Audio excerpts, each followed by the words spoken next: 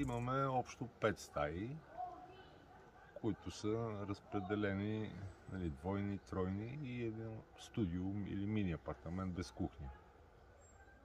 Това е обща част за гостите, оборудвана от до всички видове посуди, всеки да се чувства като дома си. Вашите стаи, те всяка има име. Да, имена на цветя. Така го решихме, така го копирахме просто от разходките и по Европа. Почти целия свят, първа, втора, трета. Защо при нас да не са Слънчоглед Кокичи и родишни от последните 7-8 години, целогодишно посрещаме и изпращаме Негово Величество клиент.